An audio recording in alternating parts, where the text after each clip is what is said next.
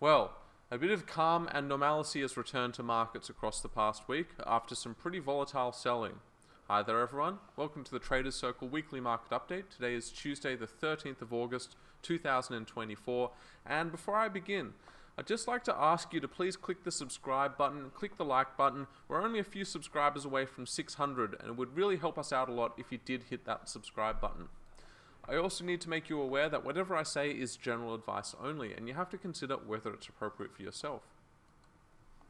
So the big talk of the past fortnight has been recession. It came after we saw US unemployment come in stronger than expected or higher than expected.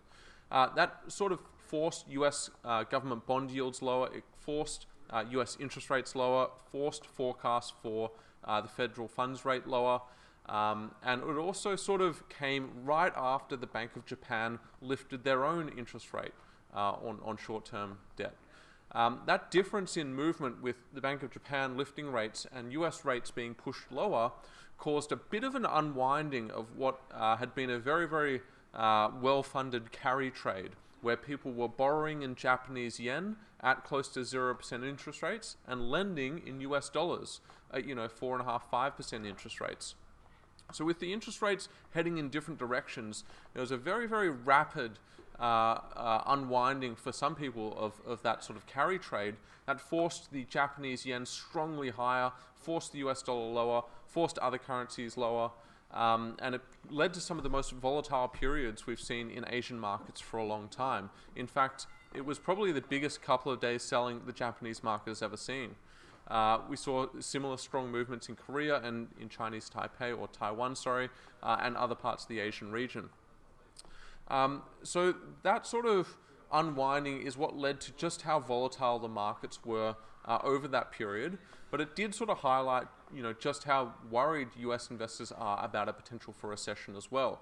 Up until now, they've applauded bad news because it means that we're going to see rate cuts from the Federal Reserve. But now it seems like they're guaranteed to get the rate cuts, so any bad news means less earnings for companies. It means worse outcomes for the stock market, essentially. Anything that points towards recession will probably lead to further selling in the market. Now, I just want to say, I think the selling, at least relative to the US jobs report, was way overdone. The jobs report wasn't that bad, but it was exacerbated, like I said, by the divergence between interest rates in Japan and the US, and it was also exacerbated by just how overbought US markets are, just how expensive their shares are, just how ridiculously overpriced they are. Up until now, as US shares have gotten more and more and more expensive, analysts have justified it by saying in the past, oh, it's because interest rates are so low, oh, it's because blah, blah, blah. There's no justification left for how high PEs are or PEGs are relative to historical levels. The only simple explanation for it is massive wealth inequality, huge amount of government money printing. And I would say that's not a stable foundation to build a strong bullish market on. So yeah, like I said, shares came off because of a number of factors, divergence in rate views, recession worries, and just how high they had been overpriced. So, with all that aside, we're going into an Australian company earnings reporting season. In fact, we actually already started one. Today we saw CSL report earnings, and the results were pretty good. It saw a fairly strong earnings growth from last year to this year. The share price was down close to 5% on the day. And that is in large part due to the fact that the share price is quite elevated up here.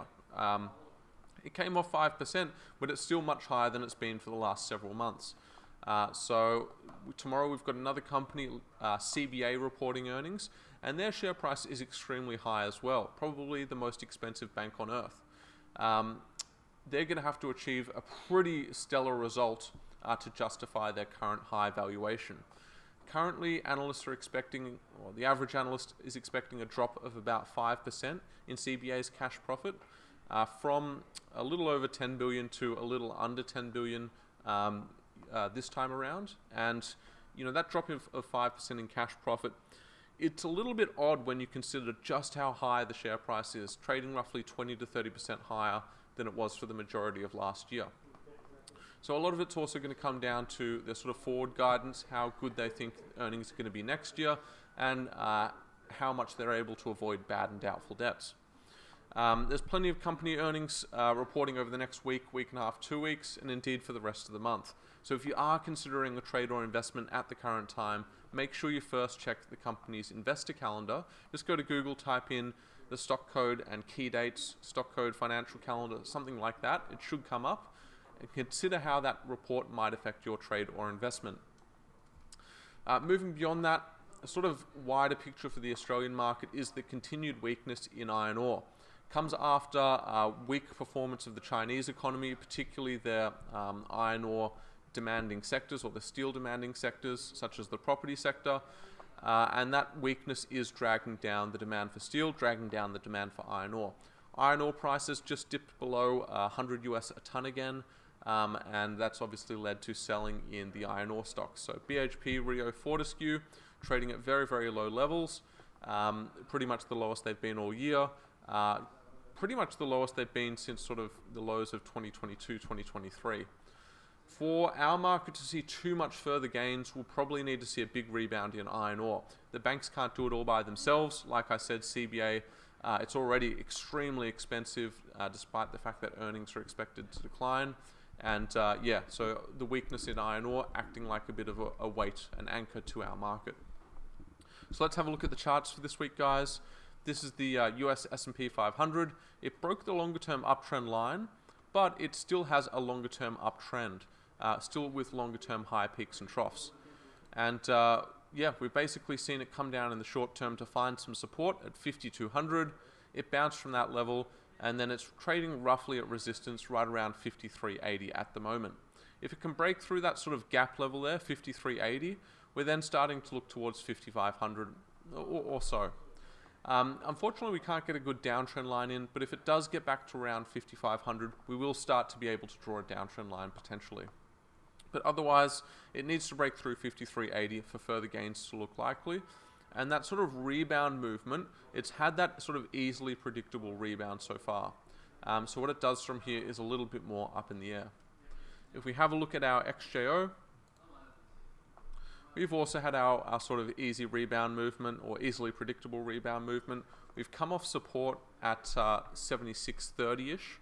Sorry, the chart's just taking a moment to load. Come off support at 76.30, and we've come back to resistance at roughly 78.30. I'll bring up my lines here. But this was the range that we traded in for the majority of the year so far. This was the range that we broke back in July to set sort of new highs. And we'd need to sort of break through that 78.30 to 78.50 level for us to look likely to head back towards our yearly highs. If we hold here, there are plenty of levels of support to the downside, but the recent low is at 76.30 would be the level to watch. Overall, though, we do look a bit more sideways, perhaps even a little bit bullish, just with stochastic pointing higher, as we await to see what happens in the US and what happens with our reporting season. So I will wrap it up there for this week, guys. Hopefully you enjoyed. If you did, please click subscribe. Like I said, we're very close to that key 600 number, and it would make us very happy if we were to achieve it. So I'll see you guys again next time, and thanks for your time.